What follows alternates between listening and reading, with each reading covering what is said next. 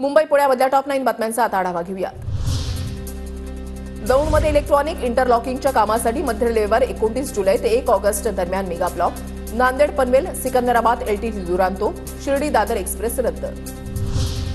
मुंबईमध्ये रस्ते सुधारित ठेवण्यासाठी नेमलेल्या कंत्राटदारांना 50,53,000चा दंड। कामामध्ये निष्काळजीपणा केल्याप्रकरणी कारवाई, तर तातडीनं खड्डे बुजवण्याचे पालिकेचे निर्देश।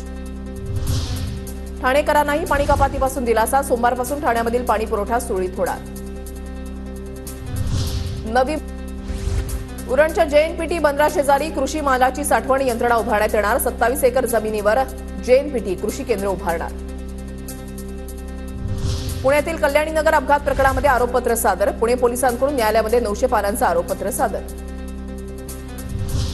पुण्याच्या खडकवासला धरणातून पाण्याचा विसर्ग काही अंशी बंद। मागील 3 दिवसांमध्ये धरणातून 2.5 टीएमसी पाण्याचा विसर्ग। खडकवासला प्रकल्पातील चारही धरणं मिळून एकूण 22.62 टीएमसी पाणीसाठा जमा। पुण्याच्या आदरवाडीमधील दुर्गम भागामध्ये 5-6 दिवसांपासून विद्युत पुरवठा खंडित। मुळशी हवेलीचे माजी आमदार ढमालेंच्या प्रयत्नानं वीज पुरवठा सुरळीत। मुसळधार पावसामुळे पुण्यामध्ये खड्ड्यांचं साम्राज्य, वाहनधारकांना नाहक त्रास।